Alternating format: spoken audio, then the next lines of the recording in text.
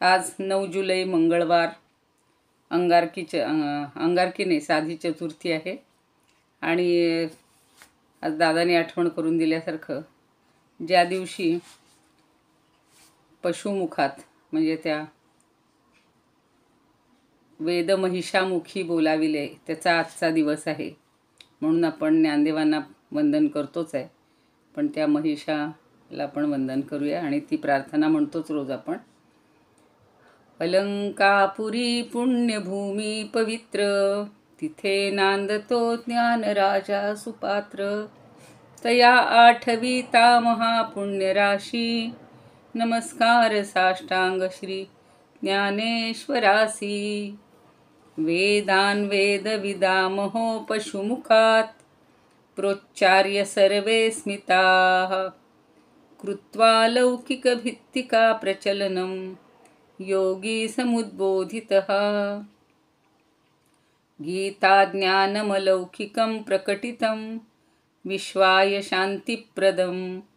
वन्दे तं करुणाकरं प्रभुवरं, श्री संत ज्ञानेश्वरं. श्री संत ज्ञानेश्वर ज्ञानेश्वर महाराज की जय. पंढरीनाथ भगवान की जय. काल आपण 45वा श्लोक पाहिलेला होता आणि त्याच्या खालच्या काही ओव्या, एकच ओवी झालेली होती. स्वे स्वे कर्मण्यभिरतस संसिद्धिं लभते नरहा, स्वकर्मनिरतसिद्धिं यथा विंदती तच्छृणु. काय सांगतायत की स्वे स्वे म्हणजे आपल्या आपल्या, कर्मणी अभिरता कर्मामध्ये मग्न असलेल्या, नरहा म्हणजे मनुष्याला, संसिद्धिम लभते चांगली सिद्धी प्राप्त होते, म्हणजेच काय मोक्ष प्राप्त होतो. आणि स्वकर्म निरत सिद्धिम आणि स्वतःच्या कर्मामध्ये निरत असल्यानंतर यथा सिद्धिम विंदती ज्या प्रकारे ज्याप्रमाणे ज्या योगाने सिद्धी मिळते तच्छृणु ते ऐक. आता आपल्याला मनाची तयारी, आपल्या मनाला कसं तयार ठेवायचं, आपल्याला ती सिद्धी कशी प्राप्त करून घ्यायची, आपल्या आपल्या कर्मामध्ये आपण कसं मग्न व्हायचं, याच्याबद्दलचा एक श्लोक काल झाला होता. एक ओवी झाली होती. आता येची विचक्षणा, वेगळालिया उचित जैसे करणा, शब्दाधिक. 84 पर्यंत काल ओव्या झाल्या होत्या. पै द्विज सेवे परवते, धावणे नाही शूद्राते, एवं चतुर्वर्णोचिते दाविली कर्मे. जे ब्राह्मण क्षत्रिय वैश्य शूद्र किंवा ब्राह्मण क्षत्रिय वैश्य या 3 वर्णांच्या सेवेशिवाय शूद्राला दुसरी धावाधाव करायचं काही कारण नाही. आणि तुला या 4ही वर्णाची मी उचित कर्म कुठली ते सांगितलंय. आता 4 वर्णाची कर्म दाखवून दिलेली आहेत आणि मग ती प्रत्येकानं आपापली कर्म केल्यावर काय होतं हे सांगणारा हा श्लोक आहे. म्हणून 85 परत घेऊया की आता येची विचक्षणा, वेगळालिया वर्णा, उचित जैसे करणा, शब्द अधिक. म्हणजे ज्याप्रमाणे अरे बुद्धिमान पार्था म्हणतायत की हीच सगळी कर्म प्रत्येक वर्णाश्रमानुसार नेमून दिलेली आहेत आणि ती ब्राह्मणादी 4ही वर्णांना योग्य आहेत. ज्याप्रमाणे श्रोत्रादी 5 ज्ञानेंद्रियांना शब्दादी 5 विषय हे योग्य असतात. उचित जैसे करणा, करणचा अर्थ मी सांगितलं होतं साधन. ही 5 साधन आहेत. इंद्रिय म्हणजे साधन आहेत, त्याच्याद्वारे आपण ज्ञान घेतो. मग श्रोत्रांद्वारे आपल्याला शब्दाधिक, अधिकमध्ये सगळं आलं की शब्द, स्पर्श, रूप, रस आणि गंध म्हणजे प्रत्येक इंद्रियाचं जे कर्म आहे, जो विषय आहे तो त्याचं ज्ञान आपल्याला होतं. आता उदाहरण देतात बघा. उदाहरणं अशी देतात. ना तरी जळदच्युता, पाणिया उचित सरिता, सरितेसी पंडुसुता सिंधू उचितू. आता आकाशातून कोसळणारे जे पाणी आहे, धुवाधार पावसाचा जो पाणी आहे, ते वर्षावाला त्याचा वर्षाव करण्यासाठी नदीच योग्य असते आणि प्रचंड जलवर्षाव सामावून घेणाऱ्या नदीला समुद्रच योग्य असतो, कारण तो फक्त नदीला सामावून घेतो. असं समुद्रातच फक्त पाऊस पडला असता तर नद्यांची ओहळांची काही गरजच नसती.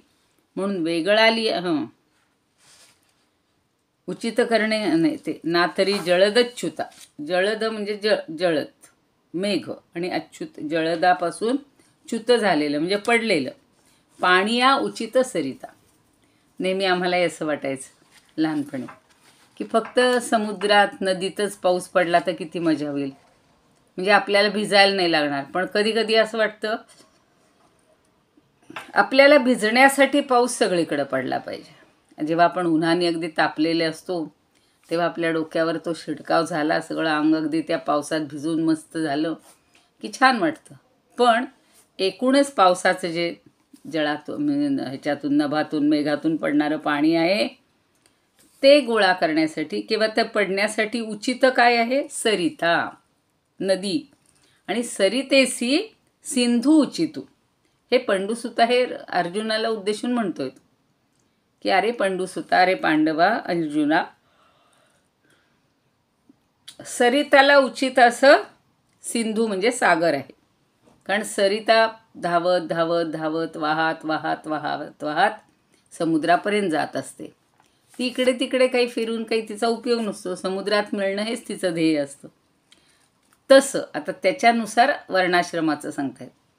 तैसे वर्णाश्रमवशे जे करणीय आले असे, गोरे या अंगा जैसे गोरे. पण ते सांगताना सुद्धा एक उदाहरण देतात की गोरे या अंगा जैसे गोरे, पण गोऱ्या अंगाला गोरेपणच शोभून दिसतं. तैसे त्याप्रमाणे वर्णाश्रमवशे जे करणीय आले असे, वर्णाश्रम धर्मानुसार जे आपल्याला करण्यासाठी आलेलं आहे, जे प्राप्त झालेलं आहे, नेमून दिलेलं आहे, तेच खरं शोभून दिसतं. आता कधी कधी असं म्हणतात की नाही, मोराचा पिसारा मोराला शोभून दिसतो. माणसाला जर असा लावला आणि माणूस असा दोन पायावर चालायला लागला तर त्याची मजा आहे का? हो नाही. ज्याला जे दिलेलं आहे ना ते बरोबर त्याला शोभूनच दिसतं. म्हणून इथं म्हणतायत की गोऱ्या रंगाला, गोऱ्या माणसाला गोरा रंगच शोभून दिसतो. तसं वर्णाश्रमानुसार नेमून दिलेलं कर्मच जे त्याच्या वाट्याला आलेलं आहे तेच त्याला खरं तर शोभून दिसते.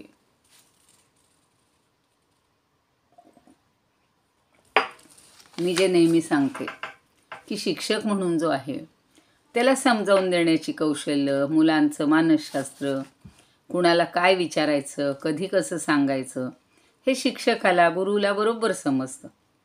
ते शेतकऱ्याला कळेल का? हो. काही जण म्हणतात ना, नाही बाबा आम्हाला तुमचं काम, आपण जर ठरवलं एक दिवस जाऊ आणि सगळी शेतकऱ्याची कामं करू, नाही जमणार. डॉक्टरला जर वकील म्हणला आजच्या दिवस मी तुमची सगळी ऑपरेशन्स करतो, आजच्या दिवस तुम्ही आमच्या कोर्टामध्ये जा आणि माझ्या या 4 केसेस आहेत या हँडल करा, जमतील का? हो, नाही जमणार. असं प्रत्येकच आहे. डोळ्याच्या डॉक्टरनी कानाचं ऑपरेशन जमणार नाही आहे. हार्टच्या माणसाला हार्ट स्पेशालिस्ट असतात, त्यांना दुसरं जमणार नाही, हाडाचं जमणार नाही. तसं वर्णाश्रम म्हणजे मी परवा सांगितलं होतं की विनोबांनी सांगितलेलं आहे की टिळकांनी पण, की जे तुम्ही कार्य निवडलेलं आहे तोच आता तुमचा स्वधर्म आहे आणि त्याच्यानुसारच तुम्ही कर्म चांगलं करायला पाहिजे. पुढं म्हणतात, तया स्वभाव विहिता कर्मा शास्त्राचे निमुखे विरोत्तमा प्रवर्तया लागी प्रमा अढळ की जे. तसं जे स्वभावविहित कर्म आहे, स्वभावाला अनुसरून जे कर्म आहे, प्राप्त झालेलं कर्म आहे, त्याला शास्त्रानं सांगितल्याप्रमाणे अखंड चालू ठेवण्यासाठी आपल्याला ज्ञान आणि त्याच्यावरची निष्ठा हे दोन्ही गोष्टी हव्या आहेत. शास्त्राचे निमुखे विरोत्तमा प्रवर्तयवया लागी प्रमा. प्रमा म्हणजे ज्ञान किंवा निष्ठा. अढळ की जे, त्याचं ज्ञान अखंड मिळवत राहायचं असतं. आता बघा इथे या भागात सगळ्या ज्या डच, फ्रेंच, ग्रीक, लॅटिन भाषा आहेत त्यांचं ज्ञान ही मुलं मिळवत आहेत. त्याचेच ग्रंथ, त्याचेच संबंधित पुस्तकं असतील ती वाचत आहेत. आपल्याला भगवद्गीता वाचतोय, ज्ञानेश्वरी आहे, त्याच्यासाठी आपण त्याच्याशी संबंधित असेच ग्रंथ घेतो नाही का. वेगवेगळ्या संपादकांनी किंवा लेखकांनी त्याच्यावर विविध प्रकारे विवेचन केलेलं असतं, टीका केलेली असते. तेच आपल्याला उपयोगाचं असतं. तसं आपल्या वर्णाश्रम धर्मानुसार जे जे आपल्याला कर्म करायचं आहे त्याचं ज्ञान घेणं किंवा त्याच्यावर निष्ठा ठेवणं हे अतिशय महत्त्वाचं असतं. नाहीतर स्पेशलायझेशन करायला गेलं आहे डॉक्टरमध्ये, मी म्हणलं आत्ता तसं, समजा डोळ्यांचं असेल, ऑर्थोपेडिक्स असेल, हार्टचा असेल, न्यूरोसर्जन असेल, तो तिथं गेला आणि त्यानं सगळी पुस्तकं आणून ठेवली इंजिनिअरिंगची. चालतील का हो? त्याचा उपयोग आहे का काही? नाही. मग त्याचंच ज्ञान घ्यायला पाहिजे त्यांनी. डोळ्यासंबंधीचे जे बारकावे असतील, सूक्ष्मता असेल, त्याच्या संबंधीचीच ऑपरेशन केली तर त्याची प्रॅक्टिस होणार. त्याचंच ज्ञान घेणं, त्याच्यावरच निष्ठा ठेवणं. काल परवा मी सांगितली उदाहरणं की ज्याला इंजिनियर व्हायचे त्याला आईवडील डॉक्टर करतात, डॉक्टर व्हायचे त्याला आईवडील इंजिनियर करतात. मग त्यांची त्याच्यावर निष्ठा राहत नाही. खूप जण बघा म्हणतात काय आम्हाला अजिबात शिक्षक म्हणून व्हायचं नव्हतं, पण ते D.Edला प्रवेश मिळाला, B.Edला प्रवेश मिळाला म्हणून गेलो, काहीच मिळेना. म्हणजे इच्छा नसताना जर तुम्ही त्या क्षेत्रात गेलात तर ते कर्म नीट होणार नाही. पण आपल्या इच्छेनुसार, आपल्या हल्लीच्या भाषेत ॲप्टिट्यूडनुसार, कलानुसार जर ते कर्म मिळालं तर त्याच्यामध्येच मन घातलं पाहिजे, लक्ष दिलं पाहिजे. आता त्यासाठी अजून एक उदाहरण देतात बघा. पै आपुलेची रत्न थिते, घेपे पारखियाचे निहाते, तैसे स्वकर्म आपैते शास्त्रे करावे.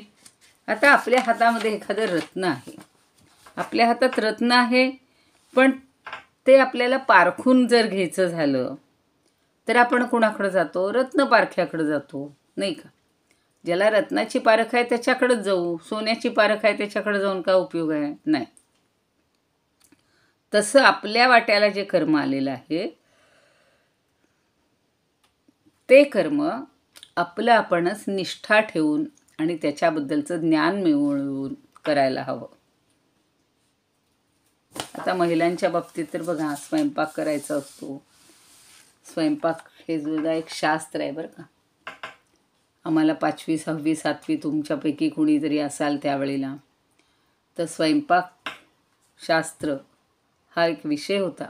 गृहजीवनशास्त्र मला फार छान विषय तो आवडलेला होता. आणि मग लहान वयातच त्या भाज्या कशा करायच्या, भात कसे करायचे, मसाले भात कसे करायचे, छान छान पदार्थ कसे करायचे ते शिकवले जायचे. लहान मुलं म्हणजे लहान असताना छोटे छोटे कपडे कसे शिवायचे, लहान बाळांचे अंगरखी, टोपडी किंवा स्वतः कपडे जे लागतात लहान कपडे ते शिवायला शिकवायचे. अहो एवढंच नव्हे, विणकाम शिकवायचे. भरतकामाचे वेगवेगळे टाके, एक रुमाल घ्यायचा 10x10चा, त्याला आपणच हेम वगैरे घालून टीप घालून शिवायचा. मग त्याला कोपऱ्यातून अशी बरोबर नक्षी करायची. हे सगळं आपल्या ह्याच्यानुसार त्यातलं ज्ञान मिळवून आपल्याला करायलाच पाहिजे.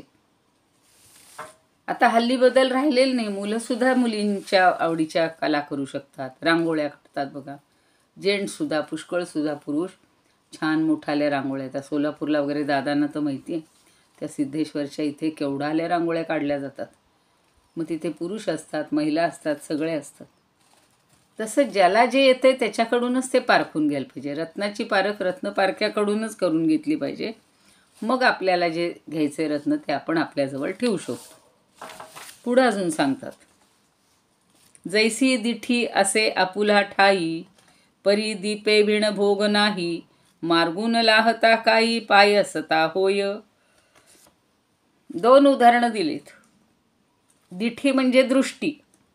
जैसी दिठी आपुले ठाई, आपल्या ठिकाणी जी दृष्टी आहे त्या दृष्टीनं आपल्याला काय, परिदीपे विण भोग नाही, पण अंधारामध्ये जर त्या दृष्टीचा नुसता उपयोग करून घ्यायचा म्हणला तर उपयोग आहे का? हो, नाही. अंधारात दिव्याशिवाय दृष्टीचा उपयोगच नाही आहे. काळा कुट्ट ठार अंधार असेल, नव्या ठिकाणी आपण गेलो असू, कसं शोधणार? इथं तर काही लाईट बीट जाण्याचा असा काही प्रश्न नसतो. पण असं झालं एक दिवशी की एका छोट्या खोलीमध्ये मी गेले आणि तिथलं बटणच माझ्या हाताशी येईना. कारण ती काही सगळे अजून आपली पाठ झालेली नसतात, जागा कुठे आहेत, बटणं काय आहेत. म्हणजे तो दिवा, मग शेवटी पुन्हा ते दार उघडलं, बाहेरचा दिवा लावला, मग आतला दिवा लावला. म्हणजे त्या दिव्याशिवाय आपल्या दृष्टीचा काही उपयोगच नाही.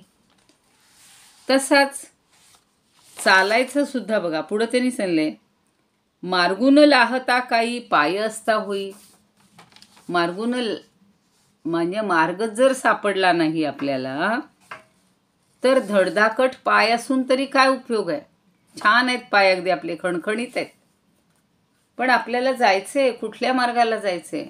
आपण नव्या देशात नव्या भागात आल्यानंतर सगळे रस्ते कुठून कुठं कसे जातात, परत आपण आपल्या ठिकाणी कसं यायचं हे माहीत असल्याशिवाय उपयोग नाही. म्हणजे पाय असून नुसतं उपयोग नाही, मार्ग ठाऊक हवेत. नाही तर हल्ली ते मॅप घेऊन सगळीकडे जातात, गुगल मॅप. परवाचं मी सांगितलं होतं का, तिकडे आम्ही स्वीडनला डेन्मार्कला गेलो, तिथे म्युझियम बघायला गेलो, नेलं आम्हाला.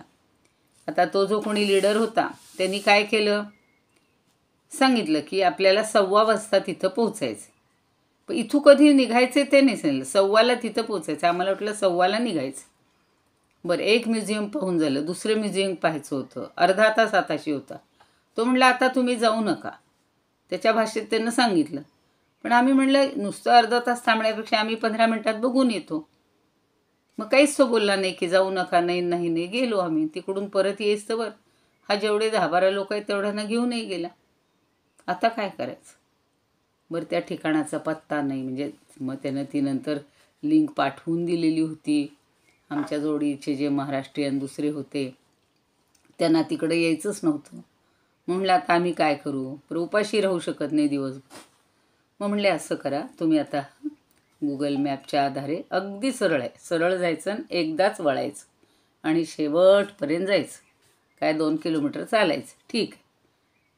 पण तो मार्ग जेव्हा सापडला तेव्हा आम्हाला हायसं वाटलं. हो, असं आहे ते. पाय असून उपयोगाचे नाहीत, अगदी खणखणीत आहेत पाय. तुम्ही 10 किलोमीटर चालू शकता, वारीत तर 40 किलोमीटर जात आहेत लोक, पण पाय असून नाही. त्या मार्गाने जायला बरोबर पाहिजे.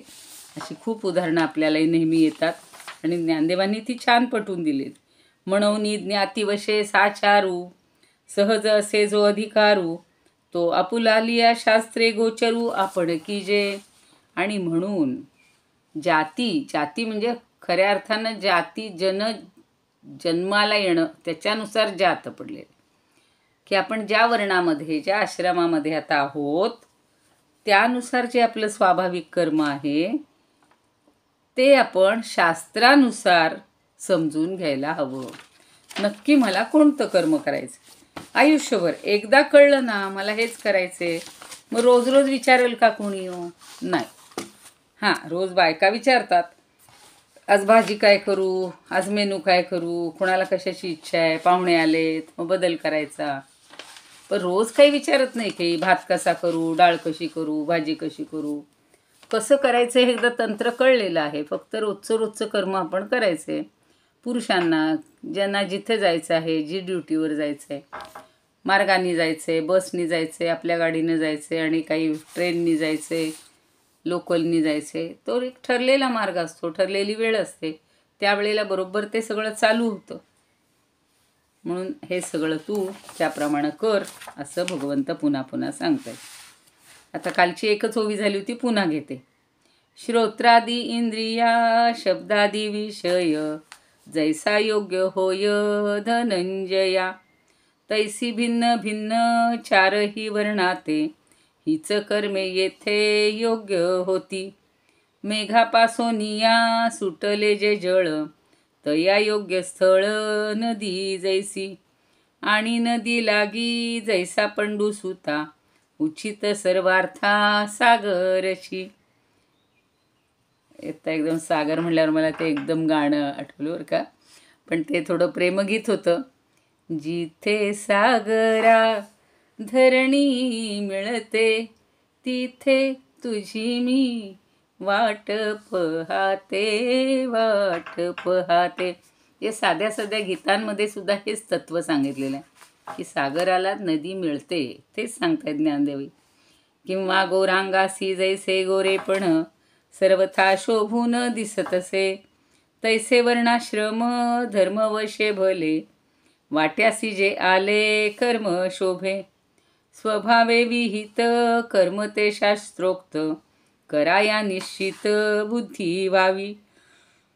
आपुलेच रत्न परिपारखोन, पारख्याकडून घ्यावे जैसे, तैसे कर्म आले वाट्यासी जे वीरा, घ्यावे शास्त्रद्वारा पारखोनी.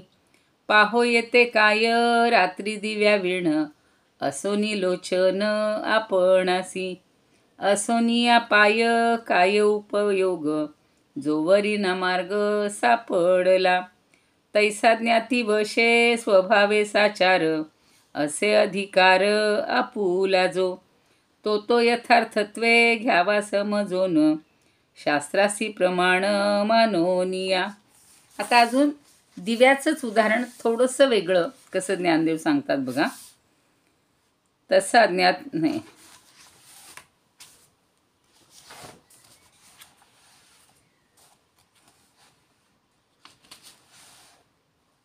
म्हणून ज्ञातिवशे साचारू, सहज असे जो अधिकारू, तो आपुला लिया शास्त्रे गोचरू आपण की जे. ही झाली ओवी. आता पुढे काय म्हणताय बघा. मग घरी चाची ठेवा, जेवी डोळया दावी दिवा, तरी घेता काय पांडवा आडळू असे. आता साधी गोष्ट आहे की आपल्या घरातला असलेला ठेवा म्हणजे साठवलेलं द्रव्य असतं की नाही. पूर्वीच्या काळी फार असं लपून खाली झाकून ठेवायचं, जमिनीत पुरून ठेवायचं असायचं. तर तसा आपल्या घरात असलेला जो ठेवा आहे, जेवी डोळया दावी दिवा, पण ते आपल्याला डोळ्यांनी दिसत नाही, दिव्यांनी पाहावं लागतं. मग हातातल्या दिव्याने आपण तो आपल्या दृष्टीला दाखवतो ठेवा. आणि मग हे आपलंच धन आहे, याला पांडवा आडळू असे. काय पांडवा आडळू असे, काय म्हणजे प्रश्न विचारलेला आहे. तर ते धन घ्यायला कुणाचा आडकाठी आहे का हो? कुणी आपल्याला अडवणार आहे का? आपल्याच घरचं धन आहे. कुणी म्हणेल का हो दिवा बघून, दिवा पाहून दिवा घेऊन कशाला बघताय, ते धन तुमचंच आहे ना. आता आपण जर एखाद्याला म्हणला होय बघा आमच्या घरात एवढं धन सापडले, तर कोणी म्हणतील का लोक हो हो बरं झालं आम्हाला देऊन टाका आता ते. नाही. आणि त्यांनी मागितलं तरी आपण देणार नाही, कारण आपल्या घरात सापडलेलं आहे. ज्ञानदेव तेच सांगतायत की आपल्या डोळ्यांनी घरचाच ठेवा जर दिसला तर त्याला कोणी आडकाठी घेईल का हो? नाही घेणार. हां, आता कसं होईल? समजा मी कुणाकडून तरी ते घर घेतलेलं आहे, विकत घेतलं. घर घेताना घराची किंमत दिलेली काय असतील 1,50,000, 40, 20, 25, पूर्वीच्या काळी हजारात होतं. आणि ते घर जेव्हा आपण लावतो, सगळं हे करतो, त्यावेळेला आपण कुठंतरी काही दुरुस्ती बिरुस्ती करताना खणखण आवाज आला आणि एकदम जर त्याच्यामध्ये असा धनाचा, हिऱ्या माणक्यांचा, सोन्याच्या मोहरांचा काही जर सापडला तर आपण काय करू?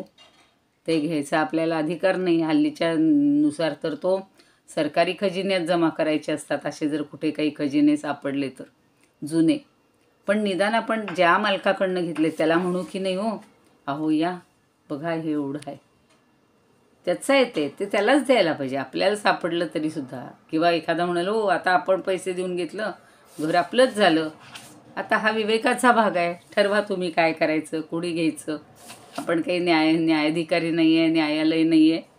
हा विवेकाचा भाग आहे की मी काय करायचं, मी दुसऱ्याचं धन लुबाडायचं का नाही. पण माझ्या ठिकाणीच आहे. समजा त्यांनी सांगितलं हे सगळं जे आहे त्याच्यासह तुम्हाला द्या. हल्ली अशी पद्धत आहे, घर नुसतं द्यायचं नाही, वेल सेटल्ड, वेल फर्निश्ड सगळ्या वस्तूंसह. मग तिथे आपण म्हणू शकणार नाही अहो हे आम्हाला नका देऊ, आम्ही फक्त पैसे घराचे दिलेत. नाही, तो म्हणतोय सगळं घ्या. ठीक आहे, आपण पुढे बघूया. तैसे स्वभावे भागा आले, वरी शास्त्रे खरे केले, ते विहित जो आपुले आचरेगा. त्याप्रमाणे स्वभावे भागा आले, स्वभावानुसार, वर्णाश्रमाच्या स्वभावानुसार, वर्णाश्रमानुसार जे आपल्या भागा आले, भागा म्हणजे वाट्याला आले, वरी शास्त्रे खरे केले. आणि शिवाय ज्या कर्माला शास्त्राचा आधार आहे, शास्त्रानं ज्याला खरं मानलेलं आहे, ते विहित जो आपुले आचरेगा. असं शास्त्रविहित कर्म जो आचरणात आणतो तो खरा. परी आळसू सांडुनी, हे तर आहे सगळीकडे. फळ काम दवडुनी, अंगे जीवे मांडुनी तेथीची भरू. पण एखादा काय करेल, आळसू सांडुनी म्हणले बरं का, मांडुनी नाही, मला चुकून मांडुनी वाटलं. तर आळस सोडून, सांडून देऊन, आणि फळ कामा दवडून, आणि फळाची कामनाही दवडून, मनातून पूर्णपणे काढून टाकून, अंगे जीवे मांडुनी तेथेची भरू, आणि आपल्या देहानी मनानी सगळ्याशी देहमनांची समरसता कायम ठेवून. अंगे जीवे, अंग म्हणजे आपला देह आणि जीव म्हणजे आपलं मन असं धरायचं इथे, किंवा जीव. तर त्याच्याशी एकरूप होऊन, समरस होऊन करीत असलेल्या कर्मातच काय करायचे,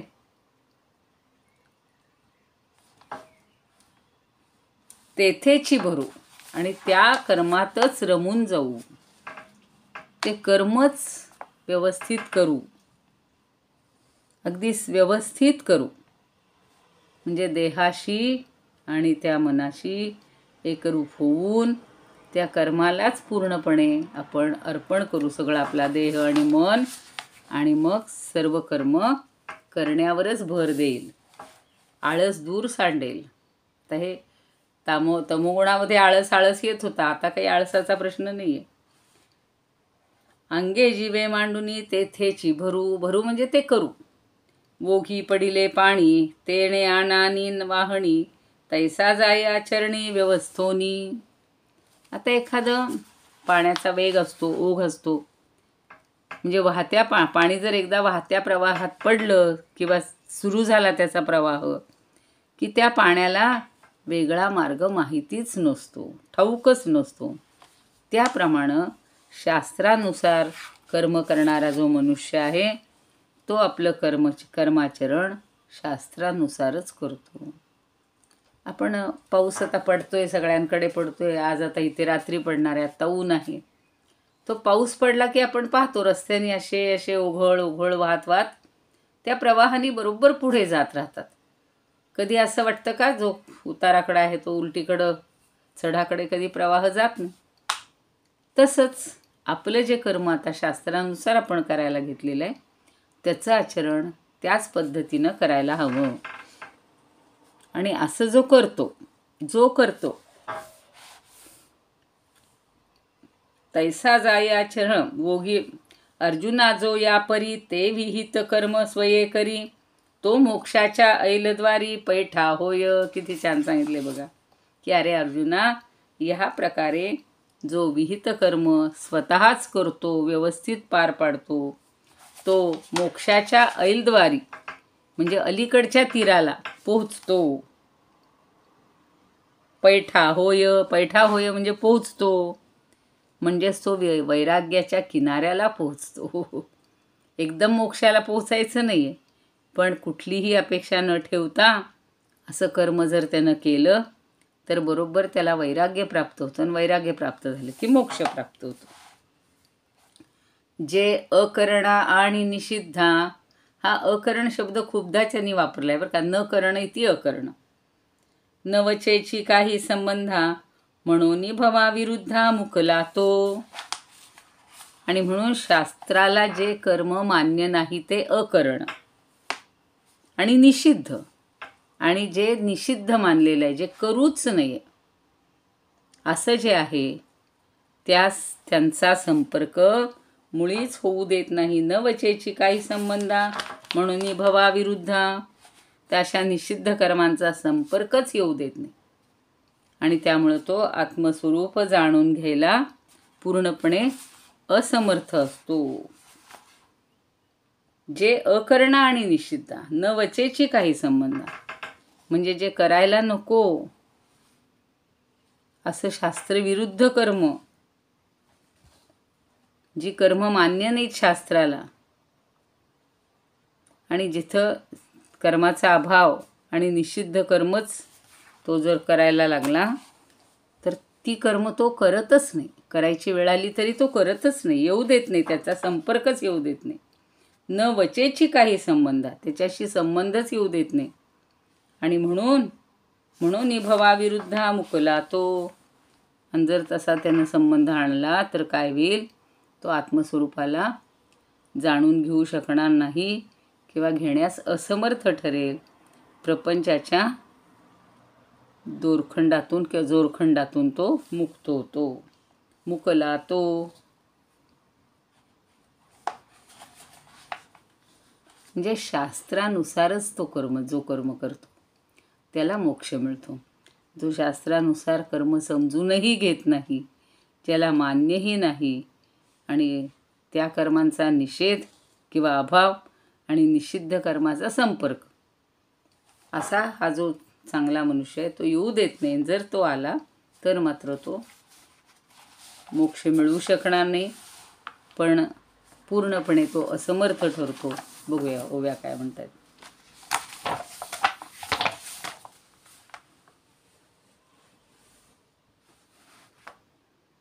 स्वभावता तैसे वाट्यासी जे आले, वरी मान्य केले शास्त्राने जे. अर्जुना ते कर्म आपुले विहित, आचरे जो येथ उत्साहाने. अंगे जीवे भरे तेथेची देवोन, सर्वथा मांडोन फळ काम. पार्था प्रवाही जे सापडले पाणी, आणिक वाहणी नेणे जैसे.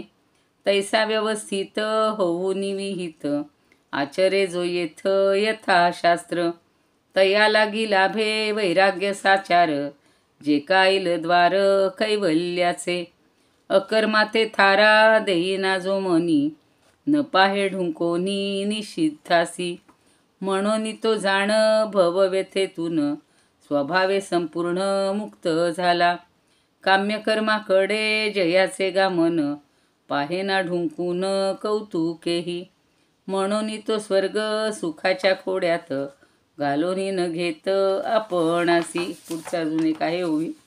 आणि काम्यकर्माकडे न परतेची जेथ कोडे, तेथ चंदानाचेही खोडे न लेची तो. म्हणजे जो काम्यकर्माकडं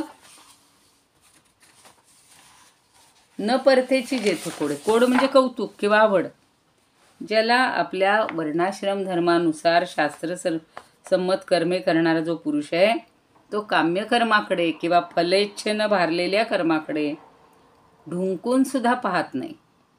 न परतेची जेथ कोडे, तेथ चंदनाचेही कोडे. आणि त्यासाठी उदाहरण देतं की जिथं चंदनाचं खोड असतं तिथं ते खोड पायात अडकवत नाहीत. चंदनाचं खोड हे फक्त उगाळण्यासाठीच असतो. आणि खोडा घालणे म्हणतात ना, असं मध्ये काहीतरी आडकाठी आणणं, तो वेगळा. ते चंदनाचं खोड तिथं वापरत नाहीत. ज्याच्यासाठी उपयोग आहे त्याच्यासाठीच करायचा. चंदन हे परमेश्वराला किंवा आपल्या अंगाला सुद्धा चंदन चर्चित धूप तुला लावीला परवा सांगितलं होतं. तर भगवंताला चंदन चर्चित धूप लावायचं आहे, चंदन लावायचं आहे. त्या चंदनाचा माणसाला अडवण्यासाठी खोडा कधीही करायचा नाही. 98 पर्यंत झालेल्या ओव्या. इदमुपकर्तुं भुवन मंडलम, समुदितमिव भास्करम. सादरम वंदे ज्ञानेश्वरम. त्रिभुवन माता भगवद्गीता, लोकमंगला लोकविश्रुता. लोकहितं संततं ध्यायता, येन ज्ञानेश्वरी विरचिता. श्रुत्वा प्राकृतगिरं सादरं वन्दे ज्ञानेश्वरं. सादरं वन्दे ज्ञानेश्वरम्. आरती ज्ञानराजा महाकैवल्य तेजा, सेविती साधू संत मनू वेधला माझा आरती ज्ञान राजा. लोपले ज्ञान जगी हित नेणती कोणी, अवतार पांडुरंग नाव ठेविले ज्ञानी आरती ज्ञान राजा. कनकाचे ताट करी उभ्या गोपिका नारी, नारद तुंबरू हो सामगायन करी आरती ज्ञान राजा. प्रगट गुह्य बोले विश्वब्रह्मची केले, रामा जनार्दनी पायी मस्तक ठेविले आरती ज्ञान राजा. महाकैवल्य तेजा सेविती साधू संत, मनू वेधला माझा आरती ज्ञान राजा. ज्ञानेश्वर महाराज की जय. पंढरीनाथ भगवान की जय. जय तू श्रीकृष्ण, जय तू ज्ञानेश्वर. कुणाला काही